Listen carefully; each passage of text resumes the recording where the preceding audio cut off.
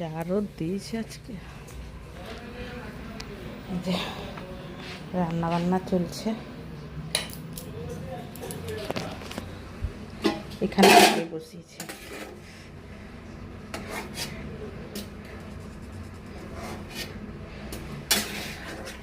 ডালটা অনেকক্ষণ বসিয়েছি,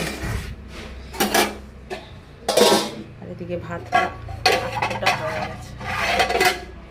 চেলে দেবো চালটা ফুটে, যার জন্যে একটু ভাতটা ফুটে গেলে ইয়ে করে রাখবো। এই ছেলে খেলো, কুকারে সিদ্ধ ভাত দুটো করে দিলাম, স্কুল গেল, একটু ডিম টোস্ট করে দিলাম।